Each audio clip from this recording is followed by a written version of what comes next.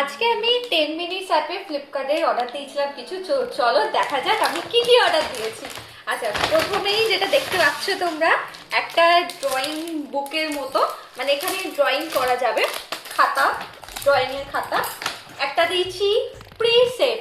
এটা কারণটা হচ্ছে আমরা ঘুরতে যাচ্ছি, কোথায় যাচ্ছে দেখার জন্য অবভিয়াসলি আমার ভিডিও দেখতে হবে, তোমাদের সাবস্ক্রাইব করে রাখতে হবে, তো এটা তার জন্য।